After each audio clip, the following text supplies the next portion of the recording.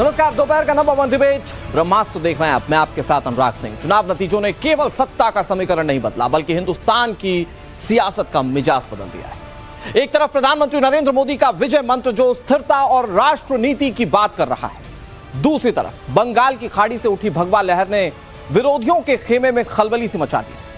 हैरान करने वाली बात यह है कि हार से सबक लेने की बजाय विपक्ष ने एक बार फिर से पुरानी वाली स्क्रिप्ट निकाल ली।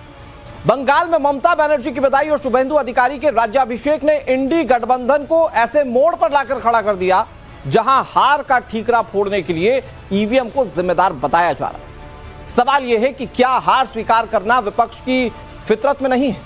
क्यों अखिलेश यादव और कांग्रेस का ईवीएम राग सिर्फ एक सुरक्षा कवच के रूप में सामने आता है? या फिर 2027 के चुनाव से पहले जनता के बीच अविश्वास पैदा करने की कोई बड़ी रणनीति पर विपक्ष देश का काम कर रहा है? ये सारे सवाल पूछेंगे, लेकिन सबसे पहले ये रिपोर्ट आपको दिखाते हैं। शुभेंदु अधिकारी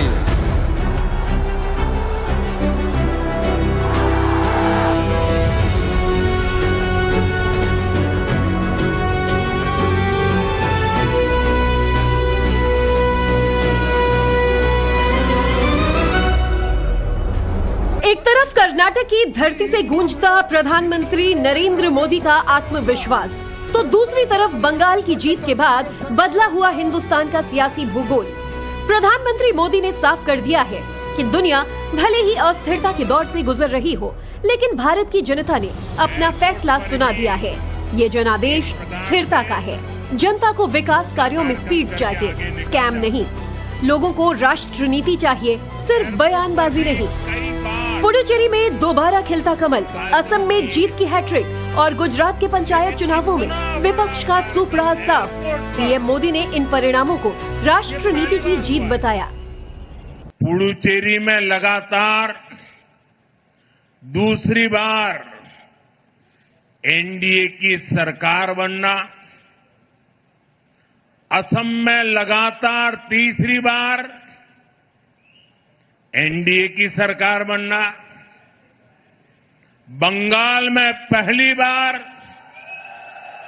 बीजेपी को इतना बड़ा आशीर्वाद मिलना, गुजरात के पंचायत और निकाय चुनावों में इतना भारी विजय हुआ कि गुजरात बीजेपी ने पुराने सारे रिकॉर्ड तोड़ दिए।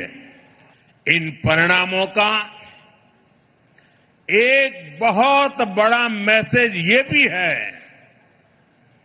कि अस्थिरता में घिरी इस दुनिया में भारत की जनता स्थिरता का मंत्र दे रही है। भारत की जनता कह रही है कि हमें स्पीड चाहिए, हमें स्कैम नहीं, सॉल्यूशंस चाहिए। सत्ता के इस समीकरण और स्थिरता के मंत्र के बीच बंगाल में शुभेंदु अधिकारी अब बतौर मुख्यमंत्री एक्शन मोड में है। शपथ के बाद से ही उनके तेवर कड़े हैं। सोमवार को कोलकाता में लॉ एंड ऑर्डर को लेकर एक हाई लेवल मीटिंग बुलाई गई, जहां अपराधियों पर नकेल कसने की रणनीति तैयार होगी। एक तरफ शुभेंदु का हंटर चल रहा है, तो दूसरी तरफ बंगाल में बीजेपी की इस ऐतिहासिक जीत ने इंडिया गठबंधन की रातों की नींद उड़ा दी है। हैरानी की बात यह है कि बंगाल के प्रचंड जनादेश को सरमाथे पर रखने के बजाय विपक्ष ने अभी से 2027 की बिसात बिछाना शुरू कर दिया है। उत्तर प्रदेश के पूर्व मुख्यमंत्री अखिलेश यादव ने हार स्वीकार करने के बजाय फिर वही पुराना राग छेड़ा। उन्होंने बंगाल में ममता बनर्जी की शिकस्त का सारा ठीकरा एक बार फिर ईवीएम के सर फोड़ा। क्या हम इंग्लैंड से आगे हैं? और ये मांग बहुत पुरानी है, हमारी समाजवादियों की मांग है। जब अमेरिका, जापान, जर्मनी, इंग्लैंड ने तो कल ही वोट डाला है। मैं बात इसलिए कह रहा था कि शायद कल रिजल्ट देखते रहे होगे आप बैलेट का, तो बैलेट से वोट पड़े ये मांग हमारी रहेगी। लेकिन जो आप हमें डरा रहे हो, हम सबका भरोसा जीत करके कह रहे हैं कि ईवीएम से अभी हराया है, ईवीएम से फिर हरा करके ईवीएम हटाएंगे। खुशहाली के रास्ते। एक और जहां अखिलेश यादव बंगाल की हार को चुनाव माफिया की साजिश करार दे रहे हैं, तो वहीं दूसरी ओर कांग्रेस सांसद इमरान मसूद ने फिर से विपक्षी एकजुटता की बीन बजाना शुरू किया। उनका तर्क है कि बीजेपी के इस बढ़ते प्रभाव को सिर्फ और सिर्फ विपक्षी एकता से ही चुनौती दी जा सकती है। संस्थाओं का दुरुपयोग हो रहा है और इसके लिए कांग्रेस लड़ाई को आखिरी दम तक लड़ने का काम करेगी। नहीं तो बंगाल में जो कुछ हुआ तो समझ करके ही चुनाव लड़ने पड़ेंगे ना। अगर अब भी आप नासमझी के साथ हम लोग लड़ने का काम करेंगे तो मैं समझता हूं कि नतीजे फिर वैसे ही होंगे। इसलिए बहुत समझदारी के साथ और अगर लड़ाई लड़नी है ईमानदारी के साथ तो दिल को बड़ा कर करके लड़ाई लड़नी पड़ेगी। देखिए, ईवीएम को लेकर बार बार सवाल उठ रहे हैं। ईवीएम शक के घेरे में है क्योंकि भारतीय जनता पार्टी उन ईवीएम मशीनों का दुरुपयोग कर रही है। बार बार ये सोशल मीडिया पर या दूसरी जगहों पर पकड़ा जा रहा है, ईवीएम बदली जा रही। तो ऐसे में दूसरे देश मतपत्र की बात कर रहे हैं तो हमें भी उस पर विचार करना चाहिए। जैसे ममता बनर्जी चुनाव हारी तो इलेक्शन कमीशन एसआईआर को दोष देने लगी, मतलब पोस्ट पोल एक्सक्यूज और बहानेबाजी। अखिलेश यादव जी प्री पोल बहानेबाजी करना चाहते हैं। कहते हैं कि भाई चुनाव ऐसे नहीं वैसे कराओ, मतपेटी से कराओ, बैलेट से कराओ, वरना देखिए ये चोरी हो जाएगा, रीग हो जाएगा। भाई 2024 में सीटें आई तब ठीक था। राहुल गांधी जी का भी ऐसा ही है। केरलम में एसआईआर, ईवीएम, इलेक्शन कमीशन सब ठीक है। बंगाल और असम में सवाल उठाते हैं। अखिलेश यादव जी की बात हास्यास्पद भी है और विरोधाभासी भी। वो कह रहे हैं कि ईवीएम से जीत करके ईवीएम हटाएंगे। अगर ईवीएम पर भरोसा नहीं तो ईवीएम से जीत कैसे जाएंगे? आत्ममंथन करें, आत्मचिंतन करें। ईवीएम से दिक्कत नहीं है, दिक्कत उनकी नीतियों से है, वोट बैंक की पॉलिटिक्स से है, मजहबी तुष्टीकरण से है, गुंडागर्दी को प्रोत्साहित करने के उनके आचरण से है। वो अपने इस आत्मचिंतन करने की बजाय बार बार दोषारोपण ईवीएम पर कर रहे हैं। ये पुरानी कहावत है ना कि खिसियाई बिल्ली खंभा नोचे, ये खिसियाया विपक्ष ईवीएम नोच रहा है। अब सवाल ये उठता है कि क्या अखिलेश यादव ने 2027 से पहले ही यूपी की सियासी हवा का रुख भांप लिया है? क्या ये हार का डर है जो सपा और कांग्रेस को अभी से ईवीएम चिल्लाने पर मजबूर कर रहा है, या फिर लगातार मिल रही चुनावी हार के कारण विपक्ष एक सोची समझी रणनीति के तहत लोकतांत्रिक प्रक्रिया पर अविश्वास पैदा कर रहा है ताकि मुद्दों के बजाय जनता को भटकाया जाए और सहानुभूति जुटाकर वोट बटोरा जा सके। Bureau report, times now, Navbharat. दर्शकों, देश की सियासत में ईवीएम एक ऐसा कैरेक्टर है, जब जो राजनीतिक पार्टी मतलब विपक्ष की चुनाव हारती है तो वो सीधे दोष ईवीएम पर दे देती है। उस लिहाज से देखें तो अगर देश में चुनाव के बाद कोई सबसे ज्यादा प्रताड़ना झेलता है तो वो ईवीएम, उसके बाद चुनाव आयोग। लेकिन मौजूदा समय की बात की जाए तो आज देश के कई राज्यों में विपक्ष की सरकारें हैं। सवाल ये है कि अगर भारतीय जनता पार्टी या कोई भी संस्था ईवीएम से छेड़छाड़ कर सकती है तो ये राज्य विपक्षी पार्टियों के पास जाने क्यों दिया जाता है? मतलब आप देखिए, केरल, तमिलनाडु, हिमाचल, जम्मू कश्मीर, पंजाब, यहां विपक्ष की सरकार है, यहां ईवीएम ठीक हो जाती है। लेकिन जब जहां जहां भारतीय जनता पार्टी जीतती है, जहां जहां बड़ा मैंडेट मिल जाता है भारतीय जनता पार्टी को, सिर्फ वहां ईवीएम खराब हो जाती है। और ये विपक्ष लंबे समय से इस तरह के आरोप लगाता आ रहा है। सवाल यह है कि आने वाले समय में भी सिर्फ ईवीएम ही कटघरे में रहेगी या आत्ममंथन विपक्षी पार्टियां करेंगी? कई सारे मेहमान जुड़ गए, उनसे आपका तारुफ करा दे। हमारे साथ अनिला सिंह जुड़ गई हैं जो कि भारतीय जनता पार्टी की प्रवक्ता हैं। हमारे साथ सौरभ दुबे जुड़ गए, राजनीतिक विश्लेषक है। कपिल श्रीवास्तव हमारे साथ जुड़ गए, समाजवादी पार्टी के प्रवक्ता, बड़े वाइब्रेंट प्रवक्ता हैं और बड़े संजीदगी से अपनी बातों को रखते हैं। जगदीश शर्मा जी हमारे साथ जुड़ गए, कांग्रेस पार्टी के नेता। और हमारे साथ मोहम्मद एहतेशामुल हक जुड़ गए जो कि तृणमूल कांग्रेस के नेता है, टीएमसी माइनॉरिटी सेल के सेक्रेटरी हैं। बेहद खास मेहमान हमारे साथ है। बहुत बहुत स्वागत आप सभी का। मैं शुरुआत करता हूं कपिल सर आप ही से। बीजेपी कह रही है कि प्री पोल बहानेबाजी आप कर रहे हैं ईवीएम का नाम लेकर, आपको हार दिख रही है, आप जीत नहीं सकते भारतीय जनता पार्टी से उत्तर प्रदेश में, और इसीलिए आप लोग पहले से ही ईवीएम का बहाना बनाकर रोना शुरू कर चुके हैं। अनुराग भाई, कुछ बातों का जवाब हमें आप भाजपा से अवश्य दिला दीजिए जी। 2009 में जब यूपीए की सरकार थी, उस दरमियान आडवाणी जी ने एक ईवीएम हैक करने की किताब का विमोचन किया था, जो इनके नरसिम्हन राव साहब ने लिखा था, जो पूर्व इनके राज्यसभा के सांसद भी रहे और इनके राष्ट्रीय उपाध्यक्ष। तो जिस समय वो बता रहे थे कि वो ईवीएम हैक होती है और तरीके और किताब लिखे थे, वो झूठ था या सही था? एक बात। दूसरी बात, हम ये कहते हैं कि जो 19 लाख ईवीएम है वो आज तक मिसिंग है, उसको आज तक क्यों नहीं पकड़ा गया? वो कहां पर है? कोई फाइंडिंग क्यों नहीं दी गई? क्यों मध्य प्रदेश हाई कोर्ट के अंदर ये मामला है? Valid और मैं question, तीसरी बात आपको कह रहा हूं राव भाई, जी हमने ये कहा कि 21 हमारे जैसे तमाम विपक्षी दल जी जो भारत की जनता का भी प्रतिनिधित्व करते हैं, तो आप देखें वोट शेयर हमारे ज्यादा हैं, ये जीत करके सरकार बनाए वो अलग है। सारे 21 राष्ट्रीय दल जा करके चुनाव आयोग से मिले थे, उन्होंने कहा कि हमें इस पर विश्वास नहीं है, आप बैलेट से चुनाव करा लें। देखिए लोकतंत्र जो है वो विश्वास पर कायम होता है।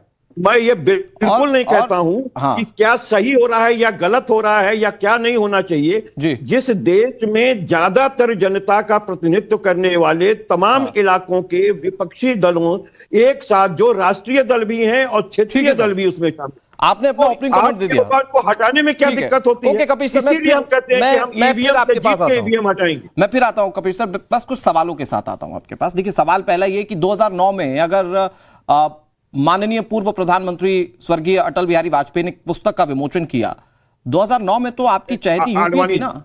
हाँ माफ कीजिएगा सर, वो ठीक है, वो फैक्ट आपने सामने रखा। मैं ये कह रहा हूं कि यूपीए तो आप ही की सहयोगी पार्टी की कांग्रेस की थी सरकार ना, तो उन्होंने क्यों नहीं हटाया सर? पहला तो पॉइंट ये। दूसरा ये कि आप जिस चुनाव आयोग के पास सभी क्षेत्रीय दल मिलकर गए, तो उसी चुनाव आयोग ने ऑफर किया कि आप टेम्पर करके बताइए, तो वो टेम्परिंग तो आप लोग कर नहीं पाए कभी भी, उस तरीके के कोई सबूत दिए नहीं गए। और तीसरी बात यह कि सर आप कंसोलिडेट विपक्ष की बात कहते हैं, मैं इस विपक्ष की असलियत बताता हूं। शरद पवार ने कहा ईवीएम टेम्परिंग के कोई ठोस सबूत नहीं है, ये विपक्ष के नेता है। उमर अब्दुल्ला चुनाव जीते गदगद हो गए, उन्होंने कहा मुझे लगता ही नहीं है कि ईवीएम हैक हो सकती है। उसके अलावा अभिषेक बनर्जी हाल फिलहाल में चुनाव आ रहे हैं, और उन्होंने अभी कुछ दिन पहले जब विपक्ष हारा था चुनाव, उन्होंने कहा था ये हार की बहानेबाजी है। तो ये तो विपक्ष के नेता कह रहे हैं ना सर, उनको खुद भरोसा नहीं है कि ईवीएम टैंपर हो सकती है, सिर्फ एक आप ही चिल्ला रहे हैं क्योंकि आने वाले समय में चुनाव उत्तर प्रदेश में। अनुराग भाई, मैंने आपको पहले ही जिक्र किया कि 21 दल गए थे, जिसमें राष्ट्रीय पार्टियां भी थी और जिसमें क्षेत्रीय दल भी थे। और मैं एक बात आपको फिर कह रहा हूं कि एक संवैधानिक पद पर बैठा हुआ मुख्यमंत्री दिल्ली का कह रहा है जब यूपीए करता था तो आपको आपत्ति नहीं थी, और जब जो है वो हम लोगों ने एक बार कर लिया तो आपको दिक्कत हो रही है।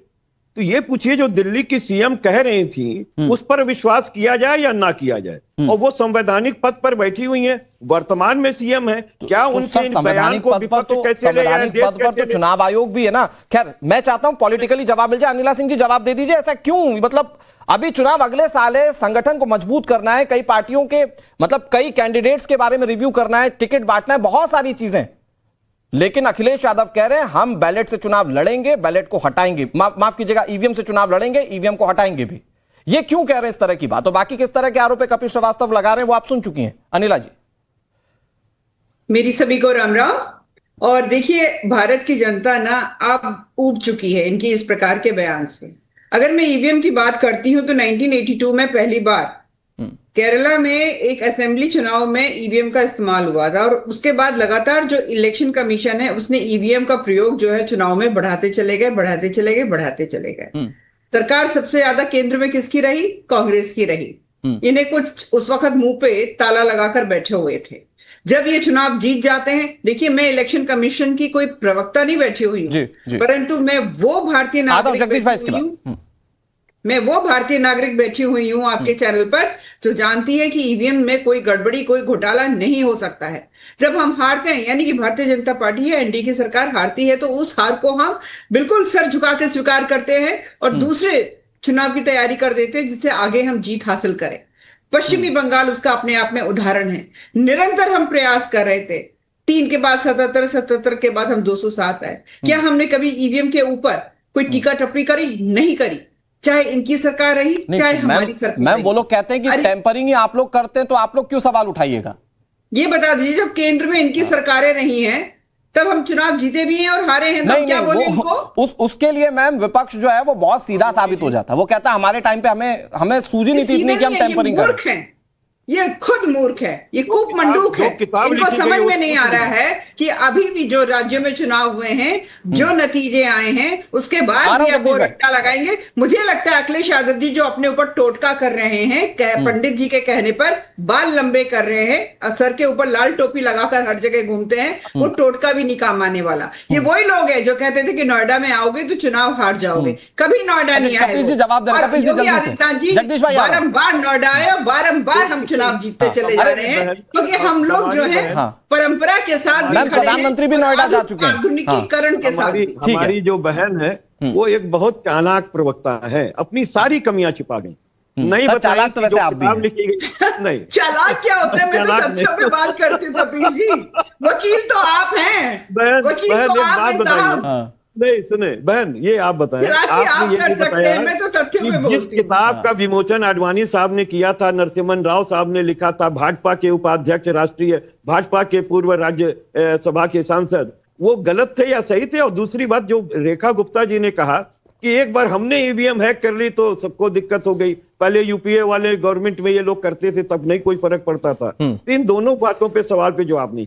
तीसरा, आपने बताया नहीं कि 19 लाख ईवीएम जो मिसिंग है, जिसका हाई कोर्ट पे अभी भी विचारण चल रहा है, अभी तक आप सरकार से, चुनाव आयोग से और जो बेंगलोर और हैदराबाद में जहां ईवीएम निर्मित होती है उसका कोई सटीक जवाब ले लेते हैं। कपिल सर जवाब ले लेते हैं। अनिला सिंह जी, हाँ ओके। नहीं, मुझे इनसे ये पूछना है कि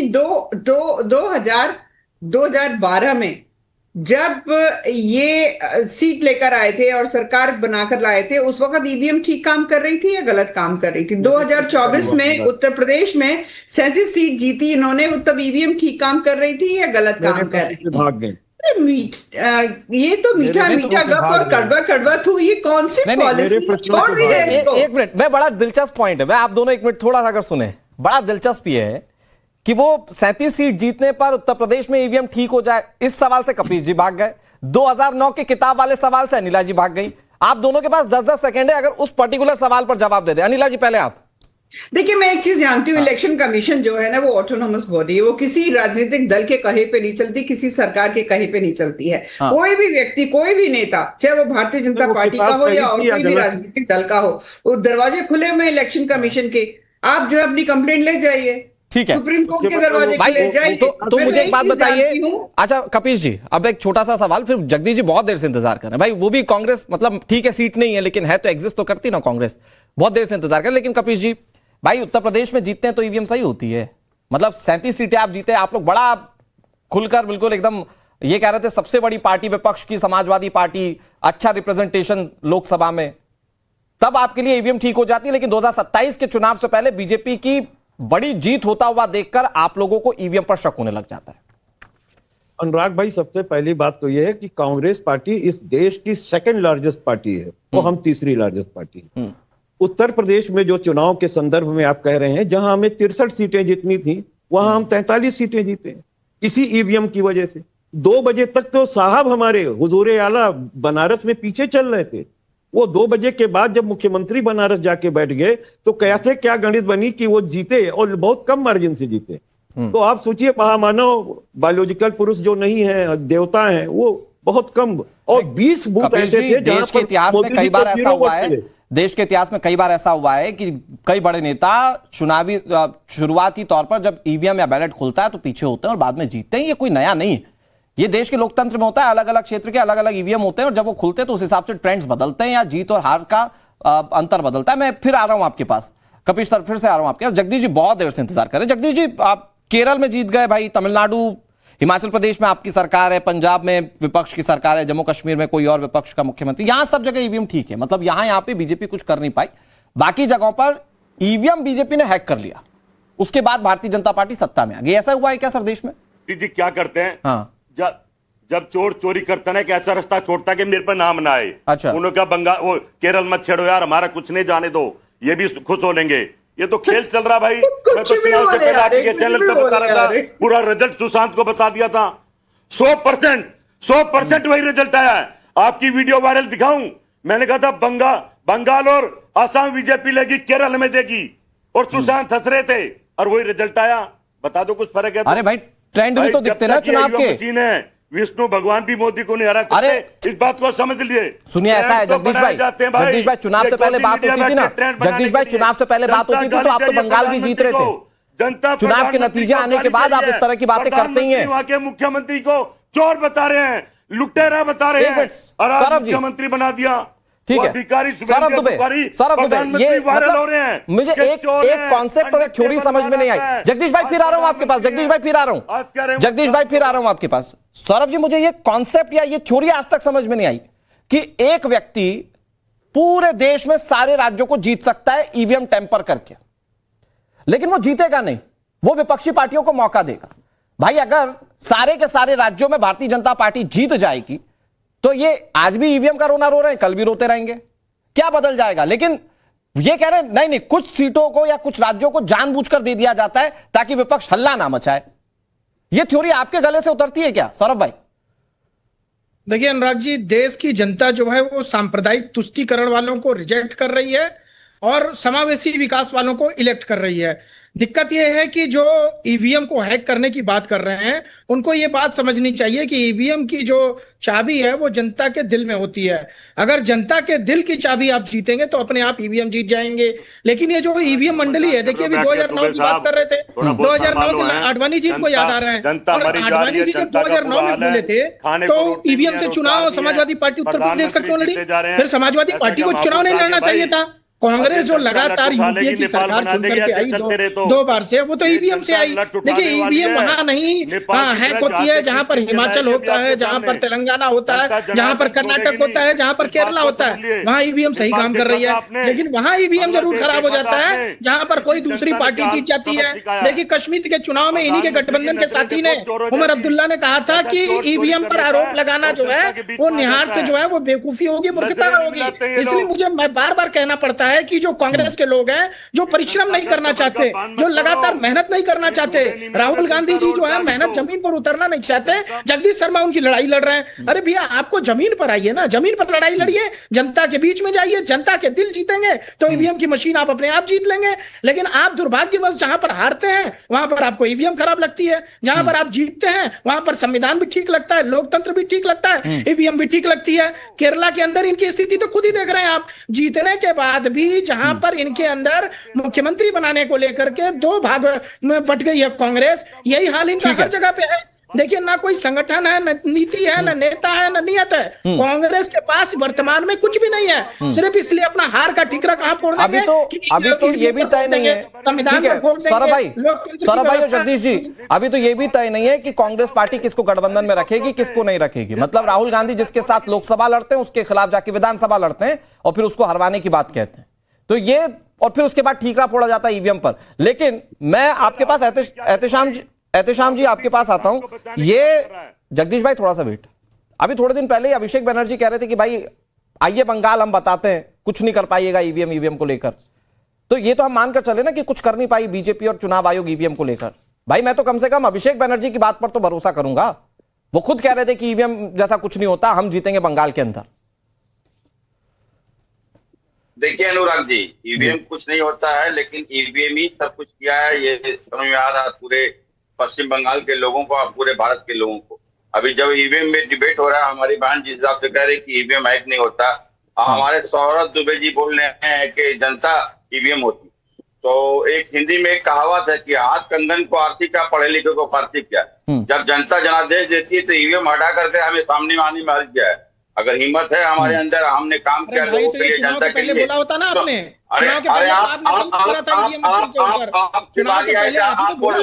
अच्छा सौरभ भाई अब थोड़ा सा सुन लीजिए, ठीक है सौरभ भाई हो गया, you raise your point Saurabh भाई।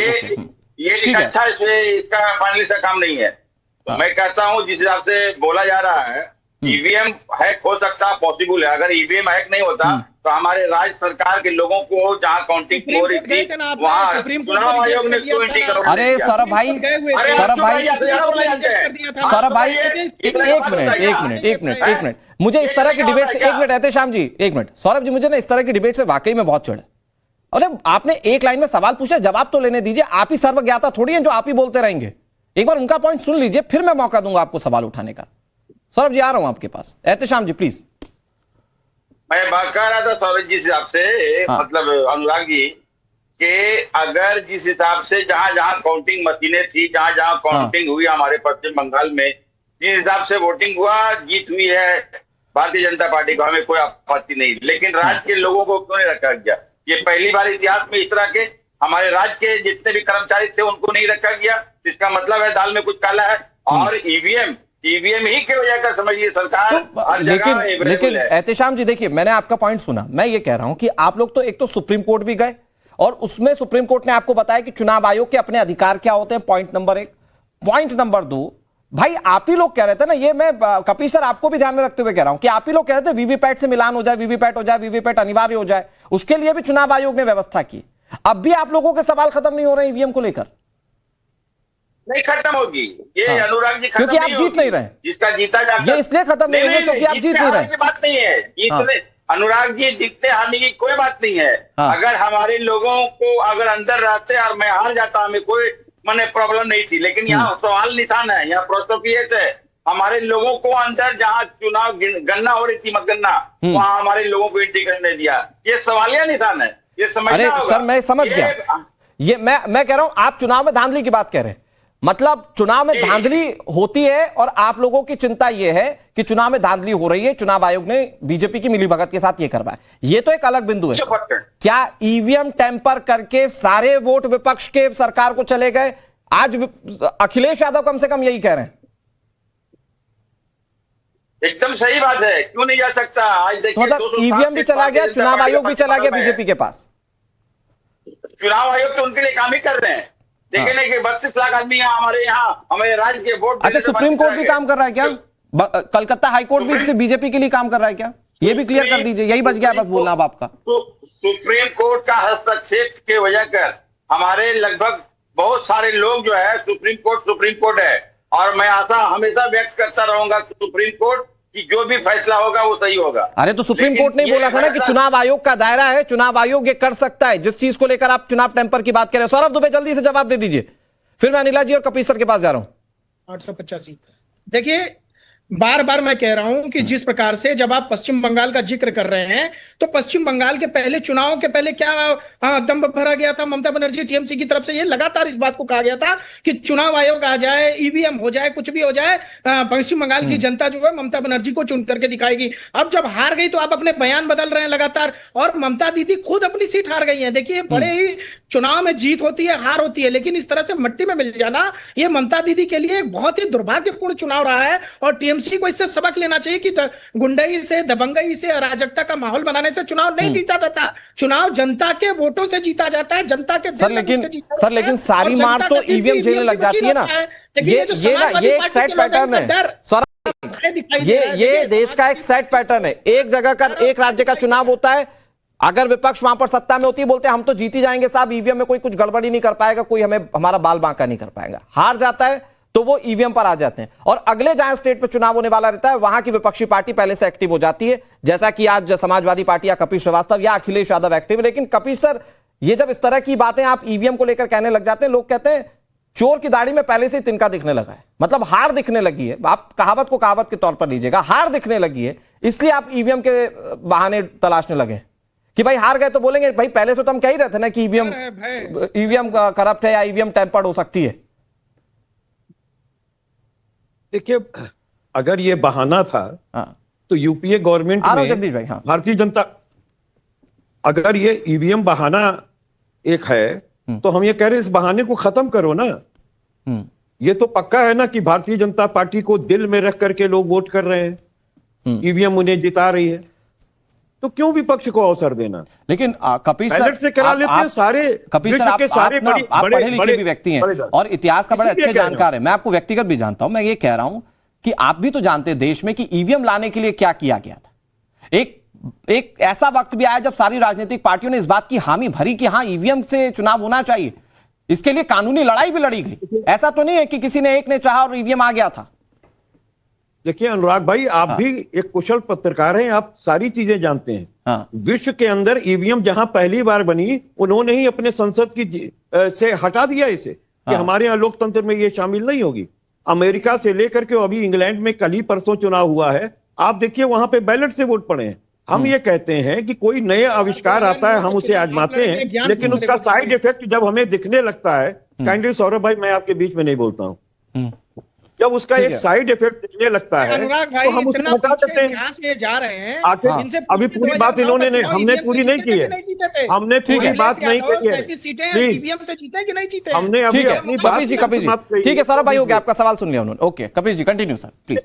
बहुत सीधी बात यह है कि हमने कई बार आपको मिसाल दी कि भारतीय जनता पार्टी खुद इस पर आरोप लगाती रही है और बाकी विपक्षी दल भी अब लगा रहे हैं, तो हम कह रहे हैं जब आप सारे दल लगा चुके हैं तो हटा करके बैलेट पे आए। और तीसरी बात मैं ये कह रहा हूं कि ये चोर ना तय करेगा कि हमको किसके घर में चोरी करनी है, या डकैत तय करेगा कि हमें किसी विक्टिम तय नहीं करता कि हमारे घर कौन डकैती डालेगा। तो सबसे बड़ा प्रश्न यह है कि लोकमत विश्वास से चलता है। अगर ज्यादातर 65% के करीब में मत जो है विपक्षी दलों के पास है इस देश का, हम भले सरकार में ना हो, आप सरकार में हो, आपको बधाई, हम सारे मिलकर के चाहते हैं कि जिस पर सबका विचार हो आप लेकर के आओ। पूरे देश के अंदर जब लोकतंत्र में चुनाव मतलब होता है, कपिल जी सारी समस्याओं का अंत यही है कि बैलेट से चुनाव हो जाए और सारे सवाल खत्म हो जाए। ओके मैं आ रहा हूं सौरभ भाई, एक मिनट, मुझे लगता है अनिला सिंह जी जवाब देंगी। अनिला जी वो कह रहे हैं सारी विपक्षी पार्टियों को भरोसा नहीं, एक बार करवा लीजिए बैलेट से चुनाव। हालांकि ये मेरे शब्द नहीं है, ये विपक्ष के शब्द है, इसलिए मैं आपसे इस लहजे में पूछ रहा हूं। वो कह रहे हैं सवाल ही खत्म कर दीजिए, अगर आप दिलों को हैक करते हैं तो वो दिल बैलेट में भी जाके वही वोट डालेंगे, करवा लीजिए एक बार। अनुराग जी आपको याद होगा इस प्रकार की चर्चा पहले भी हुई है और खुली चुनौती इलेक्शन कमीशन ने भी दी थी कि आइए और दिखाइए कि ईवीएम किस प्रकार से टेम्पर हो सकती है।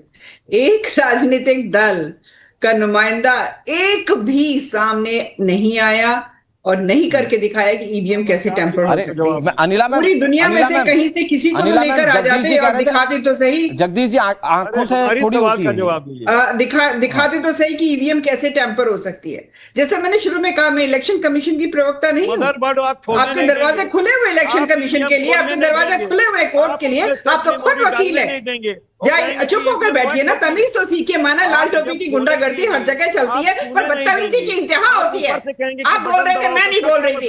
अनुराग जी ये आपका कर्तव्य है कि इस मनुष्य को चुप बैठाइए, इस मनुष्य को चुप बैठाइए। यहाँ पर बदतमीजी करेंगे, गनीमत है वहाँ। कपिल सर मैं कह रहा हूँ शांति से जवाब मिल तो रहा है, जवाब देती, शांति से जवाब आप रहा। और ये जनादेश होता है हलाल हिंदू, जैसे अखिलेश यादव हलाल हिंदू, आप हलाल हिंदू, राहुल गांधी हलाल हिंदू, ठीक है। हलाल हिंदुओं पे ये सनातन हिंदुओं की विजय है, ये मातृशक्ति की विजय है, ये युवाओं की विजय है, ये किसान की विजय है, ये मजदूर की विजय है, ये हर व्यक्ति जिसको विकास में विश्वास है और ये उसकी विजय। चुप होइए कपिल जी, लगातार क्यों बोलते चले जा रहे हैं। कपिल जी एक मिनट, हलाल हिंदू, आप हलाल हिंदू, तमाशा बना के रखा हुआ है। कपिल जी मैं आ रहा हूँ आपके पास। हाँ ठीक है अनिला जी जल्दी से 20 सेकंड। मातृशक्ति जो है आपको हराती है, मातृशक्ति आपको हराती है, सनातन हिंदू आपको हराता है। यहाँ पर जो उद्योग चलाते हैं उसमें जो मजदूर काम करते हैं वो आपको हराते हैं, किसान आपको हराते हैं और आप कहते हैं ईवीएम आपको हराती है। ठीक है मैं आ रहा हूँ, अंदर अपने सिस्टम को झांक कर देखिए। ठीक है मैं आ रहा हूँ अनिला जी आपके पास आ रहा हूँ, कपिल जी आपके पास आ रहा हूँ। राजनीति करते रहेंगे, माँ बहनों की इज्जत अस्मिता की आप कोई सम्मान नहीं करेंगे और फिर आप कहेंगे ठीक है मैं फिर आ रहा हूँ आपके पास, हलाल मैं फिर आ रहा हूँ आपके पास। कपिल जी फिर आ रहे हैं, मैं जगदीश भाई आता हूँ आपके पास। सौरभ जी 20 सेकंड में बताइएगा, ये जो अभी 80-20 वाला फैक्टर हमने सुना 2024 के इलेक्शन से पहले, उससे पहले भी कई विधानसभा इलेक्शन में हमने ये सुना 80-20 वाला एक कॉन्सेप्ट, क्या वो जो 80% का कंसोलिडेशन है वो एक तरफ जो बंगाल चुनाव में दिखा, तो क्या उसका जो कंसोलिडेशन है अब वो चिंता बढ़ा रहा है और वो मजबूर करता है कि अब सारा ठीकरा जो है वो ईवीएम पर फोड़ा जाए? 30 सेकंड सौरभ भाई, फिर मैं जगदीश भाई और कपिल जी के पास जा रहा हूं, एहतेशाम जी के पास भी। नहीं बिल्कुल अनुराग भाई, देखिए जो बूथ लूटने वाले लोग हैं, जो डकैती करने वाले लोग थे, वो हम देखे थे बिहार में किस प्रकार से बूथ को लूट लिया जाता था। उत्तर प्रदेश के अंदर समाजवादी पार्टी के लोग थे, किस प्रकार से अराजकता का माहौल होता था। आज जब बात करते हैं आपकी ईवीएम हैक हो रहा है, इसमें सुप्रीम कोर्ट गए थे कि नहीं गए थे? पूरा विपक्ष इकट्ठा होकर सुप्रीम कोर्ट गया था, सुप्रीम कोर्ट ने इनकी थ्योरी को रिजेक्ट कर दिया। अब सुप्रीम कोर्ट के बाद और कोई कोर्ट है तो बताइए, भारतीय जनता पार्टी तो ईवीएम नहीं तय करेगी ना, चुनाव कैसे होंगे कोर्ट को तय करना है। ये जो लूट और तंत्र को स्थापित किया था इन लोगों ने, इसको जनता ने खत्म कर दिया। जनता ने लगातार जो है, लेकिन सौरभ भाई विपक्ष मिलकर एक ही बात कहता है, एक बार बैलेट से करवा के देख लीजिए क्या चला जाता है। ओके सुप्रीम कोर्ट का फैसला, सुप्रीम कोर्ट में जाना चाहिए इनको। ठीक है जगदीश जी जल्दी से 20 सेकंड अनुराग भाई अनुराग भाई, हमारे प्रधानमंत्री ने कहा था जिस देश में पढ़े लिखे लोग हैं ना, वो भी अपना नाम देखकर बैलेट पेपर पर स्टैंप पेपर चुनाव डालते हैं। तो प्रधानमंत्री सच बोल रहे थे, मैं तो मानता हूं। और मैं तो कहता हूं पूरे सभी, ये अनिला जी बैठी है, चैलेंज करता हूं, चैलेंज अपना सर कटवा लूंगा प्रधानमंत्री को, बनारस से बैलेट पेपर से चुनाव लड़ा दो। ठीक है, ओके, आपका चैलेंज उन्होंने नोट कर लिया होगा। एहतेशाम जी, एक लाइन में एक चीज पूछा मैं आपसे, एहतेशाम जी को प्लीज रखिएगा। एहतेशाम जी, वो चुनाव से पहले कितनी बार प्रधानमंत्री अभिषेक बनर्जी झूठ बोल रहे थे ना, 3 बार जीत चुके हैं। आज आप लोगों के लिए भी ईवीएम खराब है, वो पहले ईवीएम को सही मान के झूठ बोल रहे थे ना। देखिए अनुराग जी, झूठ सच की बात नहीं है, आदमी से गलतियां होती है। अच्छा, तो गलती हो गई थी आपके, हमारे आपकी पार्टी के बड़े नेता अभिषेक बनर्जी से गलती हो गई थी। पहले वो ईवीएम को सही मान रहे थे, बाद में हृदय परिवर्तन हो गया क्योंकि चुनाव हार गए। बहुत शुक्रिया आप सबका हमारे साथ जुड़ने के लिए। दर्शक बहुत अच्छे से जानते हैं, वोटर बहुत अच्छे से जानते हैं कहां गड़बड़ी और कहां नहीं है। वक्त एक छोटे से ब्रेक का, ब्रेक के उस पार भी खबरें लगातार